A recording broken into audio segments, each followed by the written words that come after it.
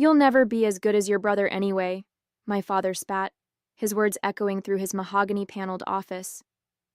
I stood there, gripping my business proposal so tightly the pages crumpled. 10 years of education, countless sleepless nights preparing for this moment, and he dismissed me with a single cruel sentence. My brother Jacob slouched in the corner armchair, awkwardly fiddling with his phone, pretending not to hear our father tear my dreams apart. My name is Madeline Brown, and I spent 30 years believing I was destined to help lead my father's company, Brown Technologies. I grew up breathing the business. Dinner conversations revolved around market strategies, and my weekends were spent shadowing department heads instead of playing with friends. Unlike Jacob, who'd rather be anywhere else, I lived and breathed the industry. I'd done everything right. Top of my class at business school, internships at leading tech firms, even learned Mandarin to help with our Asian market expansion. But standing in my father's office that day, none of it mattered. The only thing he saw when he looked at me was his daughter, someone to be married off, not trusted with his legacy. Dad, just look at my proposal, I pleaded, trying to keep my voice steady. The market analysis shows. Enough! He cut me off with a sharp wave of his hand. I've already decided. Jacob will take over as COO next month. You should focus on finding a good husband. That's what your mother and I want for you. I glanced at my brother, who had the decency to look uncomfortable. Jacob was 27, had barely passed his business classes, and spent more time on his golf swing than in the office. But he had the one qualification that mattered to my father. He was the son. The familiar ache of being overlooked burned in my chest, but this time something was different. Maybe it was the way my father smirked when he mentioned finding a husband, or how he didn't even bother looking at the proposal I'd spent months perfecting. A strange calm settled over me as I realized that no matter what I achieved, nothing would ever be enough for him. You're right, I said quietly, smoothing the crumpled pages of my proposal. My father looked up, surprised by my sudden agreement. I should focus on my future. I placed the document on his desk, turned around, and walked out of his office. Behind me, I heard him chuckle, probably thinking he'd finally gotten through to me. He had no idea that I wasn't surrendering. I was declaring war. That night, I sat in my apartment, surrounded by industry reports and market analyses I'd gathered over the years. Everything I knew about Brown Technologies was spread across my dining room table: supplier contracts, distribution networks, customer pain points. Information that most people would kill to have, handed to me simply because no one thought I'd ever use it against them. Taking an interest in the family business is fine for a hobby, my father had always said with that condescending smile. It's cute that you want to learn. Each dismissive comment had only driven me to study harder, dig deeper. Now all that knowledge felt like ammunition. My phone buzzed. Another message from my mother. Your father means well, she wrote. He just wants to protect you from the stress. I turned off my phone without replying. My mother had always tried to play peacemaker, smoothing over my father's harsh words with gentle excuses. But she'd never once stood up to him, never challenged his outdated views. The next morning, I walked into Brown Technologies for what I knew would be the last time. As I packed up my desk in the marketing department, my colleagues avoided eye contact. News traveled fast in family companies. Everyone knew about yesterday's meeting, about how Walter Brown's ambitious daughter had finally been put in her place. I'm sorry, Maddie, Lisa from accounting whispered as she passed by. We all know you deserved that position. Her sympathy made it worse somehow. How many others had watched me work twice as hard as Jacob, only to be pushed aside because I was born the wrong gender? I was nearly finished packing when my brother appeared in my doorway. Hey, he said, shifting uncomfortably. Dad says you're taking some time off to think about your priorities. That's one way to put it, I replied, closing my laptop bag with more force than necessary. Look, I know you're upset, but maybe it's for the best. Running a company is really stressful and... Save it, Jacob, I cut him off. We both know you don't want this job, but you'll take it because it's easier than standing up to him. My brother flinched at the truth in my words. As I walked out of the building, carrying my small box of belongings, I caught my reflection in the glass doors. I looked different somehow. Lighter, as if putting down the weight of my father's approval had physically transformed me. One thought kept running through my mind. They had no idea what I was capable of. The decision to leave the country came surprisingly easily. I'd spent my entire life trying to earn my place in my father's world. Now it was time to build my own. Within weeks, I'd liquidated my trust fund, the one thing my father couldn't control, signed a lease for an office space in Singapore, and booked a one-way flight. My mother's reaction was predictably dramatic. "How can you abandon your family like this?" she sobbed over the phone. "Your father will never forgive you." I almost laughed at that. Forgiveness implied I'd done something wrong, and for the first time in my life, I was absolutely certain I hadn't. The real surprise came from my grandmother, my father's mother. She showed up at my apartment the night before I left, her small frame radiating determination. "Your grandfather would have been ashamed," she said, "but not in the way I expected. Ashamed of what your father has become. The company was built on innovation, not tradition." She pressed a thick envelope into my hands. Inside was everything I needed to know about my grandfather's original vision for Brown Technologies, including his personal journals and early business plans. "He always said the future belongs to those brave enough to create it," my grandmother told me. "Show them what that means." The first months in Singapore were a blur of meetings, coding sessions, and sleepless nights. I'd identified the biggest weakness in my father's business model, their outdated approach to supply chain management. While Brown Technologies relied on traditional relationships and manual processes, I was building something revolutionary, an AI-driven platform that could predict market demands and optimize inventory in real time. My team grew quickly. I hired the brightest minds I could find, people who saw the potential in disrupting an industry stuck in the past. We worked out of a cramped office with questionable air conditioning, but the energy was electric. Every day brought us closer to launching something that would change everything. The first major breakthrough came 6 months in. Our prototype caught the attention of a prominent tech investor, who immediately saw the potential. "This could revolutionize the entire industry," she said during our pitch meeting. "How soon can you scale?" With proper funding secured, we moved fast. Every weakness I'd observed in my father's company became an opportunity for innovation. Where Brown Technologies took weeks to process orders, our system could do it in minutes. Their manual quality control became our automated perfection. Their rigid hierarchy transformed into our fluid collaboration. I never mentioned my connection to Brown Technologies. As far as the world was concerned, I was just another tech entrepreneur with a vision. But late at night, when I reviewed our growing market share reports, I allowed myself a small smile. Somewhere in his mahogany office, my father was about to learn a very expensive lesson about underestimating his daughter. 18 months after my departure, my company, Novatech Solutions, had become the talk of the industry. Our platform was revolutionizing how businesses handled their supply chains, and companies were scrambling to integrate our technology. Every success felt like a personal victory, especially when I read reports about Brown Technologies struggling to keep up with the mysterious new player in the market. I was in a board meeting when I first saw the numbers that made my heart race. Brown Technologies had lost 30% of their market share in Asia, and their stock was plummeting.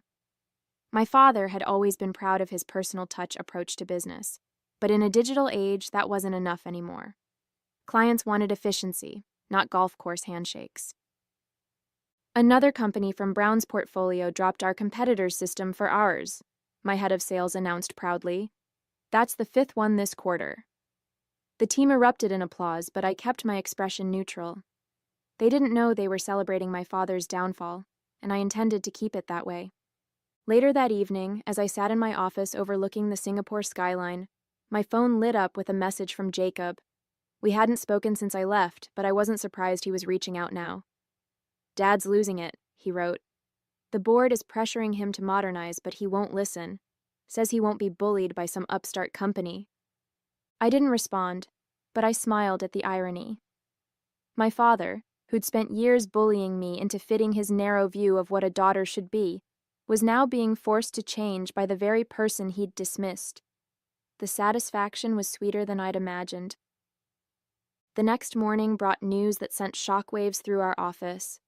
Brown Technologies had announced their intention to acquire promising tech startups in an aggressive expansion strategy. My father was trying to buy his way out of trouble, a classic move from his playbook. "They'll be coming for us soon," my CFO warned during our emergency meeting. "We're too big of a threat to ignore."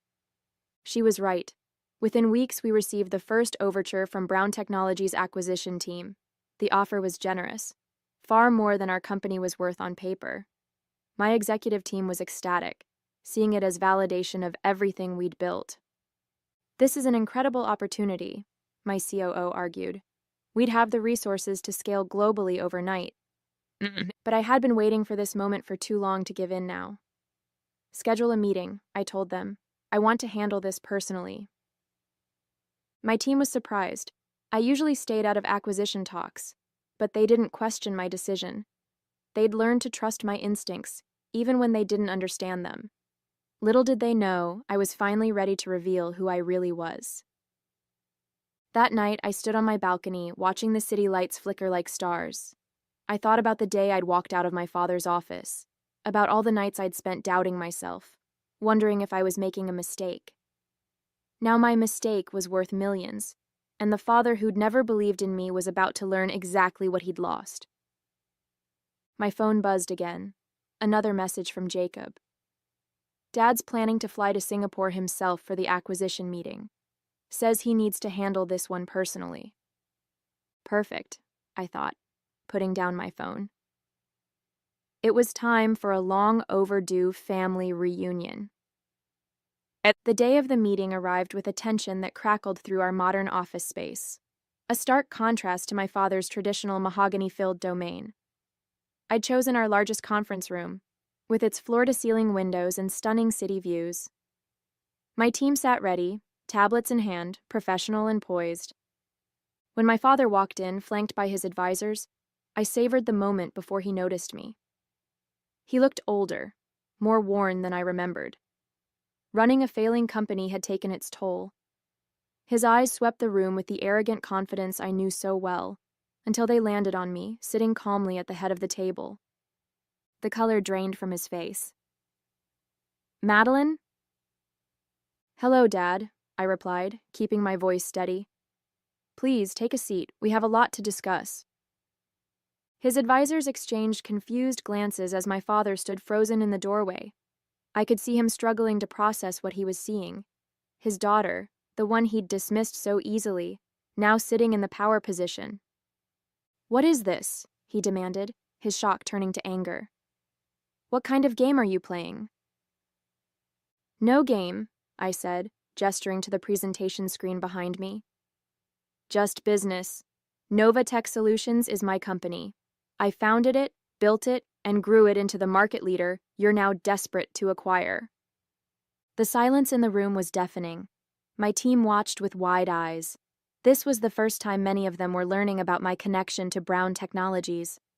My father's advisors were frantically whispering among themselves, likely realizing the implications of this revelation. "Impossible," my father sputtered. "You couldn't have... This isn't..." "What's impossible?" I asked, pulling up our company's growth charts. "That I created a solution that's revolutionizing the industry? Or that I did it without your help?" One of his advisors cleared his throat. "Miss Brown, regardless of your personal connection, we're here to discuss a serious business proposition." "Of course," I smiled. "Let's discuss how my company has captured 40% of the market share in Asia. Or perhaps you'd like to talk about how our AI-driven platform has made your entire business model obsolete." My father finally found his voice. "You did this to destroy me? Your own father?" "No," I replied, my smile fading. "I did this because you taught me that being a woman meant I couldn't run a company. So I built one instead, one that's better than yours in every way." His face reddened. "Name your price," he growled. "Everyone has one." I stood up, smoothing my blazer. That's where you're wrong, Dad. This isn't about money. It never was. This company is my legacy, the one you refused to let me build with you. I walked around the table until I stood directly in front of him. Your offer is declined. You can't do this, he said, but his voice had lost its authority. For the first time in my life, I saw fear in his eyes. I already have, I replied. Meeting adjourned. As my father stormed out of the conference room, his face red with rage and humiliation, I felt a weight lift from my shoulders. His advisors scrambled after him, leaving behind their untouched presentation folders, sleek black binders embossed with the Brown Technologies logo I'd grown up seeing everywhere. That was unexpected, my CFO said, breaking the stunned silence that had fallen over the room. You're Walter Brown's daughter. I turned to face my team, the people who'd believed in my vision without knowing my full story. I am, but more importantly, I'm the CEO who's going to take this company global. The next few weeks were a whirlwind. News of my identity leaked to the press, and suddenly every business publication wanted the story. Tech heiress disrupts family empire became the headline of the month. My phone was flooded with messages. Old colleagues, family friends, even my mother, all wanting to understand how the dutiful daughter had transformed into a business rival. Jacob's message was the only one I read fully. I always knew you were better at this than me. For what it's worth, I'm sorry I didn't say it sooner.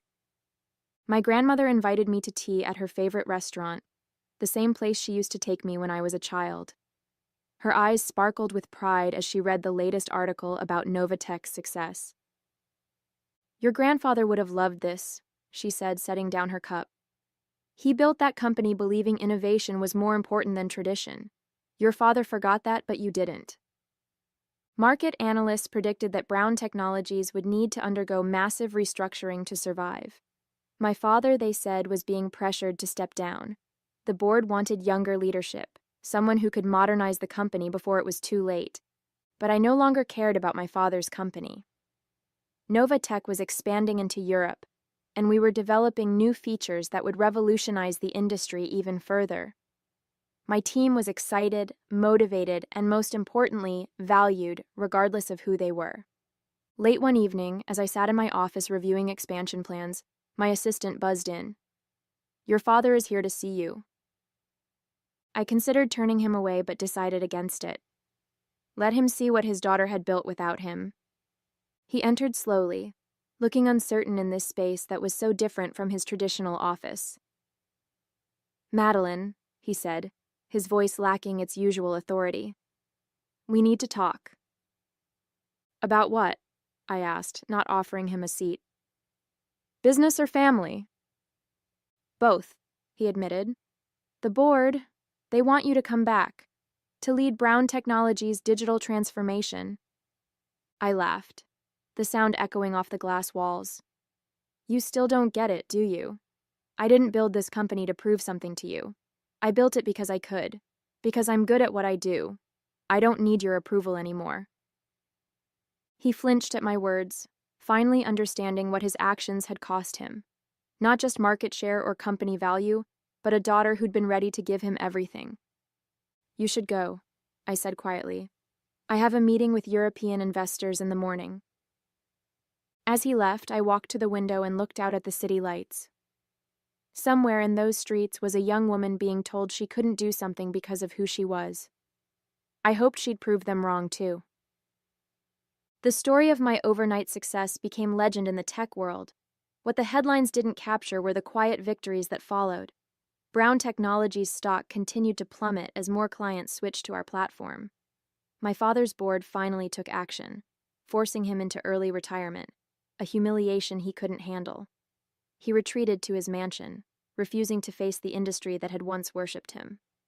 Meanwhile, Novatech soared. Our European expansion exceeded all projections, and our development team rolled out innovations faster than competitors could keep up. The office buzzed with energy and ideas, fostering the kind of collaborative environment I'd always dreamed of creating at Brown Technologies. One morning, my grandmother came to visit our Singapore headquarters. As I showed her around, introducing her to my team and demonstrating our latest technology, she squeezed my hand. "I have something for you," she said, pulling out a worn leather journal. "Your grandfather's notes from when he first started the company." She opened it to a marked page, pointing to an underlined passage. "A true legacy isn't inherited. It's earned through vision and determination." "He wrote that the day your father joined the company," she explained. "I think he knew, even then, that innovation requires more than just birthright." The words hit home. All those years, I'd fought for a place in my father's legacy, never realizing I needed to build my own. Now, standing in my own company, surrounded by people who respected me for my abilities rather than my name, I finally understood what real success felt like. The industry that had once dismissed me as Walter Brown's daughter now knew me as Madeline Brown, the innovator who'd transformed supply chain management. I'd earned that recognition every step of the way. 6 months after my father's retirement, Novatech hosted a global technology summit in Singapore. Industry leaders from around the world gathered to discuss the future of supply chain management. I took the stage as the keynote speaker, my grandmother beaming proudly from the front row. "Innovation isn't about following traditions," I told the packed auditorium. "It's about having the courage to challenge them." The irony wasn't lost on anyone when I announced our latest breakthrough, an upgrade that would make traditional systems like Brown Technologies completely obsolete. After the summit, Jacob approached me at the reception. He looked different, humbler, more genuine. "I sold my shares in Dad's company," he confessed. "Started a small sports coaching business instead. For the first time in my life, I'm actually happy." I smiled, realizing we'd both found freedom in different ways. He'd escaped our father's expectations by choosing his own path, while I'd conquered them by exceeding them. My mother still sends occasional messages, trying to broker peace between my father and me. She doesn't understand that some bridges aren't meant to be rebuilt. I've made my peace with that, just as I've made peace with my journey. These days, when young entrepreneurs ask me for advice, I tell them my real secret to success.